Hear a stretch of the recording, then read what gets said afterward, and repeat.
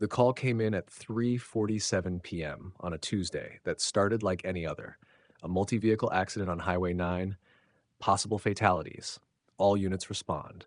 I grabbed my gear and jumped into the ambulance, unaware that within 20 minutes I'd be face to face with the woman who had destroyed my life 5 years earlier, the woman who left me at the altar without a single word, the woman I was about to save.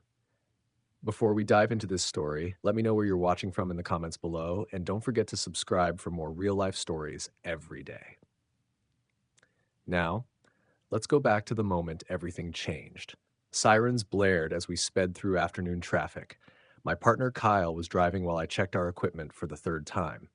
After 5 years as a paramedic, these calls had become second nature. The adrenaline, the urgency, the reward of saving lives. It was the career I'd thrown myself into after everything fell apart. It gave me purpose when I thought I had none left. "Mitchell, take the rollover," Captain Hayes shouted, pointing to an overturned SUV. "Driver's trapped, unconscious, possible head trauma." I grabbed my medical bag and ran toward the wreck, letting instinct and training take over. The SUV lay on its side, driver's door crushed into the pavement.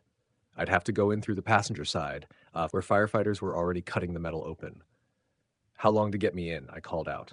"2 minutes, maybe 3, one firefighter replied. "Victim's a female, mid-20s, unconscious but breathing. Looks like a head injury." I crouched beside the wreck, trying to see through the cracked webbed glass. All I could make out was long dark hair and a bloodied forehead. "Got it!" the firefighter yelled as the door finally gave way. I climbed in, checking for a pulse and assessing the injuries. Strong pulse, shallow breathing, clear head trauma with active bleeding. I stabilized her neck and prepared to move her out. But as I placed the cervical collar, I saw her face clearly for the first time, and the world stopped. Hannah Westbrook. The woman who was supposed to become Hannah Mitchell. The woman who disappeared without a trace on our wedding day. The woman who left me standing before 200 guests without explanation. The woman I was now trying to save. For a split second, my hands froze, my professional instincts battling the emotional flood that hit me hard. She looked thinner, older, her eyes marked with lines that hadn't been there before. But it was unmistakably her. "Mitchell, status?" Kyle's voice snapped me out of it. "Unconscious female, about 27, significant head trauma, possible internal injuries," I responded, keeping my tone steady. "Need a backboard and IV setup, stat." I pushed the past aside. Right now, she wasn't my ex-fiancée. She was a patient who needed help. I stabilized her neck, started an IV, checked for fractures, likely broken ribs, definite concussion, and signs of internal bleeding. We had to move fast. "Let's go," I ordered as we lifted her onto the stretcher. The ride to the hospital felt endless. I worked with practiced precision, monitoring vitals, adjusting the IV, and relaying updates to the ER. But inside, questions stormed through my mind. What was she doing here? Where had she been all these years? Why had she left me without a word? "Vitals are stabilizing," I told Kyle as we drove. "Still unconscious, likely a grade 3 concussion. Needs a CT scan. You know her?" he asked, glancing at me through the rearview mirror. "Yeah," I said quietly. "I know her." At the hospital, I helped transfer Hannah to the ER team and reported to Dr. Sonia Parton, the attending physician. As they wheeled her away, I stood in the hallway, numb. "James," Dr. Parton said a few minutes later, approaching me. "You okay? You look like you've seen a ghost." "Something like that," I replied. "How is she?" "Stable for now. Concussion, 3 broken ribs, internal bleeding, but she'll make it. Another hour and she might not have." "When will she wake up?" I asked. "Hard to say," she answered. "Head injuries are unpredictable. Could be hours, could be days." "Are you family?" I almost laughed at the irony. "No, just the paramedic who brought her in." But I couldn't bring myself to leave. I told Kyle I'd get a ride later and sat in the waiting room, trying to process what had just happened. 5 years ago, Hannah was my entire world. We met in college, dated for 3 years, and I proposed at the park where we first met. She said yes through tears, and we spent a year planning our perfect wedding. The morning of the ceremony, I was nervous but happy, standing at the altar in my tuxedo, waiting for her. The music began, the doors opened, her bridesmaids walked down the aisle, but Hannah never appeared. Her maid of honor whispered to the minister, who called for a short delay. 20 minutes later, she came back with the words that shattered my life. Hannah was gone. Her wedding dress hung untouched in the bridal suite, but she had vanished without a trace. No note, no explanation, no goodbye, just an empty room and 200 confused guests. I tried everything to find her, calling her friends, family, anyone, but Hannah had disappeared as if she had never existed.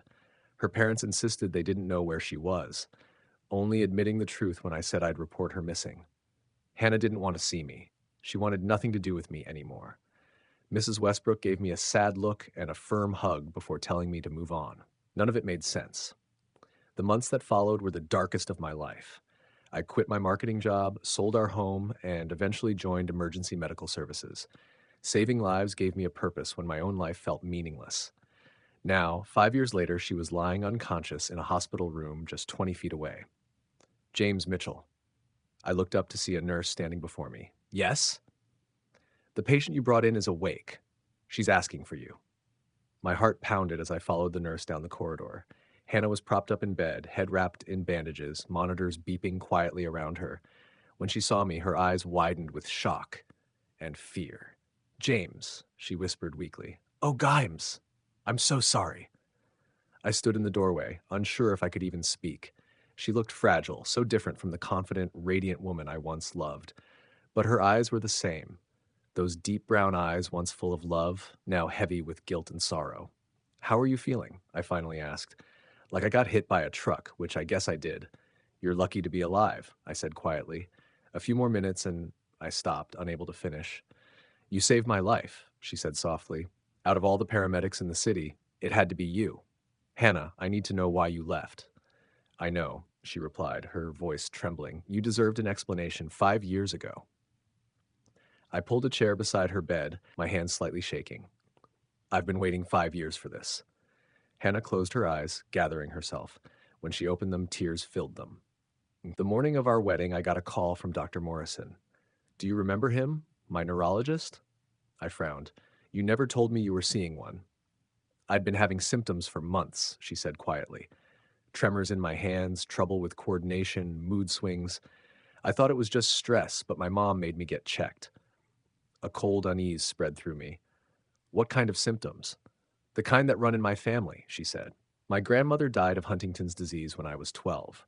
My mother's showing symptoms now, though she hides it well. Huntington's disease.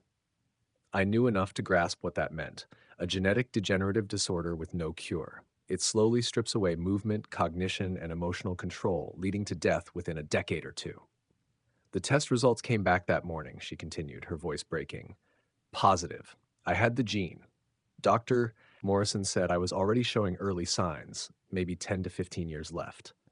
It felt like the air had been knocked out of me. Hannah, why didn't you tell me? We could have faced it together. Could we? She asked softly. James, you were 22, young, full of plans, your whole life ahead of you. How could I ask you to watch me fall apart, to become my caregiver and then my widower before 40?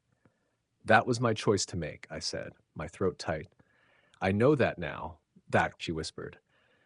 But that morning, all I could think about was what I'd take from you, your dream of children, which I couldn't risk passing this to, your dream of growing old together, which I'd never lived to see. I couldn't give you the life you deserved. I reached out and held her hand. She didn't pull away. So you just left. I panicked, she admitted. I was supposed to walk down that aisle and promise you in sickness and in health, knowing I'd only bring sickness. I couldn't do it. I couldn't trap you in that promise. Where did you go? To my aunt's in Oregon. I've been there for the last 5 years, working as a freelance designer, trying to make the most of what time I have left. And your symptoms now? She lifted her left hand, slightly trembling. Getting worse. The mood swings, coordination, sometimes I get confused. That's probably what caused the accident. I sat back, trying to process everything. For years, I'd hated her for abandoning me, thinking she'd lost interest or found someone else. I never imagined she'd been protecting me from something like this. Hannah, listen, I said quietly but firmly. When you left, you broke me. I spent months believing I wasn't enough, that everything between us had been a lie. I know, she saw. I thought it would be easier for you to hate me than to watch me die.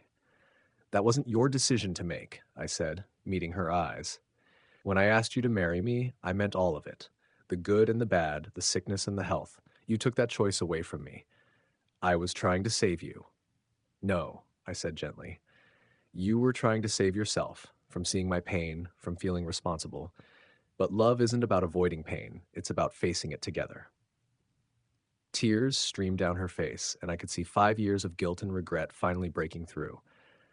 I was terrified, James. I was only 22, and I'd just been given what felt like a death sentence. I couldn't think clearly. I know, I said quietly, and I understand why you made that decision. But it was still the wrong one, for both of us. I walked to the window, looking out at the city where we'd once planned our future. You've spent 5 years dealing with this alone when you could have had someone who loved you beside you. And I've spent 5 years believing I wasn't worth fighting for, when the truth is, you were fighting for me in the only way you knew. James, she hesitated, I became a paramedic because of you. After you left, I couldn't handle sitting behind a desk pretending life was normal. I needed purpose, something that made a difference. In a strange way, you leaving led me to the career that brought me back to you. You saved my life, she whispered, and you saved mine 5 years ago, I said, even if neither of us understood it then. We sat in silence, both processing the weight of everything said. Finally, Hannah spoke. What happens now? I don't know, I admitted. We're not who we were 5 years ago. I'm no longer the naive guy who thought love could fix everything, and you're not the frightened 22-year-old who thought running away was the only choice. No, we're not. But I still love you, I said before I could stop myself. I've tried to move on, tried to meet other people, but no one compared to what we had. That now that I know the truth, it all makes sense. Tears filled her eyes. James, you can't. You can't love me knowing what's ahead. I'm not the same woman you fell in love with. The disease is already changing me. It's only going to get worse. You're right, I said, sitting beside her bed. You're not the same. You're stronger. You've faced this disease head on and built a life despite it. That takes courage. It doesn't feel like courage, she murmured. It feels like survival. Sometimes they're the same thing. I reached for her hand. Hannah, I'm not saying we can pick up where we left off. Too much has happened, but I'm not walking away again. What are you saying? I'm saying maybe we can start over. Not as who we were, but as who we are now. I'd rather have whatever time we get than spend my life wondering what might have been. She shook her head. You don't understand what you're agreeing to. This disease, its progression isn't easy to watch. Raf, I'll lose the ability to walk, speak clearly, control my emotions. Eventually, I won't even recognize you. And you don't understand what you're asking me to do, I replied gently. You're asking me to walk away from the only woman I've ever truly loved, because loving her will be hard. You're asking me to choose comfort over commitment. It's not about easy or hard, she said quietly. It's about being realistic. You could have a normal life with someone else. I don't want normal, I said firmly. I want our life, whatever that looks like, even if it's complicated, painful, or shorter than we hoped. Hannah was silent for a while, studying my face. You really mean that? I do. She squeezed my hand, and for the first time since the accident, there was a glimmer of hope in her eyes. I'm scared, James. So am I said. But I'd rather face that fear with you than live safely without you. Over the next few days, as Hannah recovered, we talked more than we ever had before. We spoke about the 5 years apart, the people we'd become, and how our dreams had changed. She told me about her life in Oregon, her small apartment near the coast, her freelance design work, and volunteering at an animal shelter. She'd built a quiet but meaningful life, one centered on living each day fully instead of planning for a distant future. I told her about becoming a paramedic, how the work gave me purpose, how it taught me that life is unpredictable and too short to waste on regret. You know what's strange? Hannah said on her third day in the hospital. I used to think about you all the time, wondering if you'd moved on, if you were happy. I hoped you were, but part of me was selfishly relieved that I never heard about you getting married. I came close once, I admitted, about 2 years ago. Her name was Jade. She was everything I thought I wanted, kind, smart, beautiful. But what happened? I realized I was trying to recreate what we had, not build something new. It wasn't fair to her or to me, so I ended it before it went too far. Do you regret that? No, I said. If I'd married Jade, I wouldn't have been there when you needed me most. Maybe everything happened the way it was meant to. Hannah smiled, the first real smile I'd seen since the accident. You always were a romantic, and you were always the realist, I replied. Maybe that's why we worked so well. Worked, past tense. Work, present tense, I corrected, if you'll let me. When Hannah was discharged, I drove her to her parents' home. She moved slowly, still healing, and I noticed small details I'd missed before. The slight hesitation in her steps, the careful focus on tasks once effortless.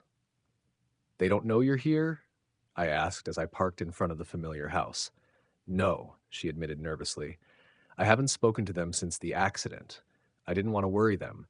They don't even know I'm back in town. We walked up to the front door, and I could feel Hannah's anxiety grow with every step. Her hands trembled as she rang the doorbell. When the door opened, her mother, Margot Westbrook, froze in disbelief. For a long moment, she just stared before whispering, Hannah. Oh my God, Hannah. Hi, Mom, Hannah replied softly. Robbie, Margaret called into the house. Robbie, come here. Her father appeared, equally stunned. The moment he saw Hannah and then me, his voice broke. Hannah, my daughter, you're home. Margot pulled her into a tight embrace, tears streaming down her face. We were so worried. Your aunt told us you were traveling and couldn't be reached. Then Robert turned to me, eyes glassy. James, my boy. The word boy hit me deeply. Even after all that had happened, they still saw me as family. Mr. and Mrs. Westbrook, I said, shaking his hand. Come in, both of you, Margot insisted. I'll make coffee. You must have so much to tell us. We spent the next few hours in their familiar living room as Hannah recounted everything. The accident, how I had been the paramedic who found her, and what we had talked about at the hospital. So, you two are? Margot asked carefully. We're figuring it out, Hannah said, glancing at me. We're not who we used to be. But you still love each other, Robert stated rather than asked. Hannah and I exchanged a look, the answer clear in her eyes. Yes, she said quietly. We still love each other. When Hannah went to rest, her parents asked me to stay. Margot smoothed her skirt nervously. James, there's something we should have told you 5 years ago. What is it? I asked. Robert leaned forward. When Hannah disappeared on your wedding day, she made us promise not to look for her or reach out. She said she needed space to figure things out. We didn't know what to do, Margot added. She was struggling, but she begged us to respect her wishes, that's so we did, even though it broke our hearts. James, Robert continued, we never blamed you. We always hoped you two would find your way back. You were perfect together. Margot nodded tearfully. The way you cared for her, the way she looked at you, we knew it was real love. Even when she called from Oregon, we could tell she still loved you. She just avoided the topic. We always hoped you'd reunite someday, she added. Maybe not like this, but fate has its own way. My throat tightened. I thought you blamed me, that maybe I caused her to leave. Never, Robert said firmly. You were the best man our daughter ever had. You supported her, challenged her, and loved her deeply. We couldn't have asked for a better son-in-law. Margot smiled through her tears. Maybe we still can. We don't know what the future holds, I said. We're taking it one day at a time. That's all anyone can do, Robert agreed. But James, you'll always have a place here. You'll always be family. That night, as Hannah slept in her old room and I drove home, their words echoed in my mind. For 5 years, I'd carried guilt and confusion. Now I finally understood and realized that the people who loved her most had never stopped believing in us. It felt like another missing piece falling into place, another sign that maybe we were meant to find our way back to each other. The next day, after my shift, I went back to her parents' house. I should probably return to Oregon, Hannah said quietly. My life is there now. Is it? I asked. Or is it just where you've been hiding? She looked taken aback. That's not fair. You built that life to stay away from everything that reminded you of what you lost. But what if, instead of running from your past, you started building a future? She frowned. What kind of future, James? Be realistic. I might have 10 good years left if I'm lucky. Then let's make those 10 years count, I said. Here, in the city where you have people who care about you, where I care about you, and where you can get the best treatment for your condition. Hannah sat down, her voice low. I don't know if I can do this. Letting people in again, knowing they'll have to watch me fade. You don't have to decide everything today, I said, sitting beside her. But you don't have to face it alone either. Stay for a week.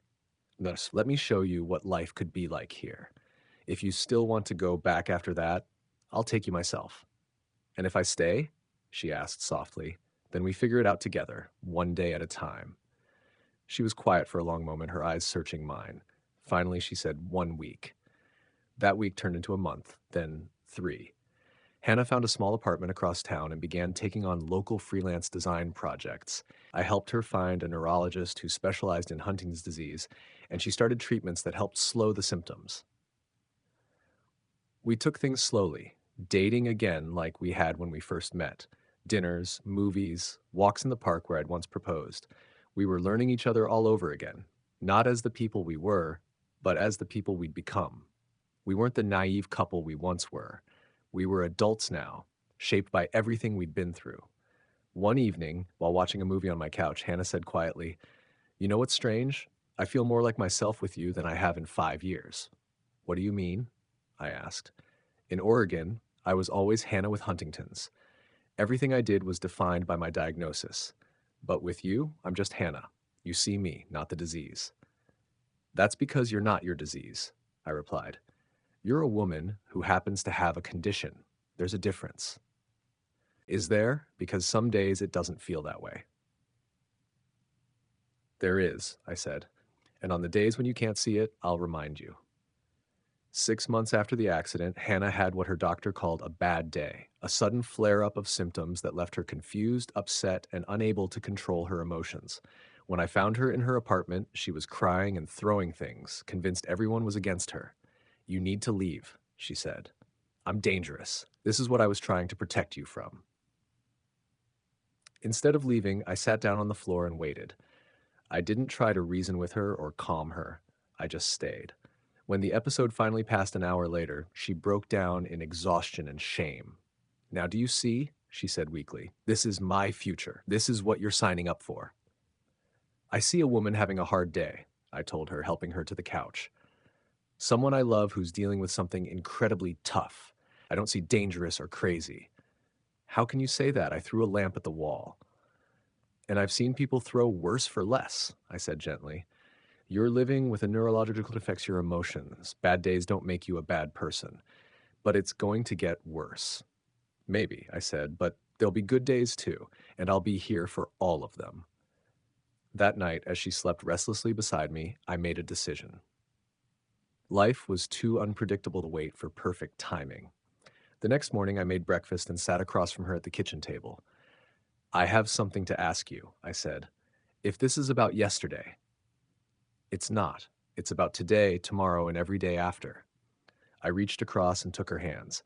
"We said we'd take things slow, get to know each other again. But I've realized something." "What?" "I don't need more time to know I want to spend whatever time we have together. I don't need proof that you're worth fighting for. I already know." Her eyes widened. "What are you saying?" "I'm saying I love you. Not who you used to be, but who you are now. I love your strength, your courage, your will to live each day fully. I love how you laugh at my bad jokes, how you cry during commercials, how you volunteer at the shelter even when you're tired. I love that you still leave little notes in my lunch." She blinked back tears. "I'm not asking you to marry me," I said quickly. "Not yet. But I'm asking you to move in with me, to let me be your partner officially. Stop protecting me from your illness. Let me help you face it." Tears filled her eyes, but this time they were tears of hope. "Are you sure? Once we do this, there's no going back. It's only going to get harder." "I'm sure," I said. "I've never been more sure of anything." "Even knowing I might lose my independence, that one day you might have to take care of me?" "Even then," I said. 5 years ago, I stood ready to promise to love you in sickness and in health. I meant it then, and I mean it now." She nodded slowly. "But we're different people now." "We are," I said. "We're stronger, wiser, and we understand what love really means, choosing each other, even when things aren't easy." She walked to the window, looking out at the city that held our past, the place we'd loved, lost, and found each other again. "Promise me," she said softly, "that if it gets too hard, you'll tell me. Don't let guilt or duty destroy your life. I'll tell you if I struggle, I said, but I won't promise to leave. What I can promise is that we'll face it together. She turned, and I could see the decision in her eyes. Okay, she said quietly. Let's do this. Let's build a life together, whatever that looks like. I stood and wrapped her in my arms for the first time since she'd left me years ago. She felt smaller, more fragile, but she was still Hannah, the woman I'd always loved. I love you, I whispered. I love you too, she said. I never stopped. A year later, we were living in a small single-story home we designed together. Wide doorways, safety bars, everything built with her future needs in mind. Hannah continued working, volunteering, and living fully, even as her symptoms slowly progressed. We joined a Huntington's support group, where she became a mentor to newly diagnosed patients, helping them see that a diagnosis wasn't the end. It was an invitation to live with purpose and love. One evening, as we sat on our back porch watching the sunset, she said, "You know what I've realized? I spent 5 years thinking that leaving you was the most loving thing I could do. But I was wrong." "What's the most loving thing?" I asked.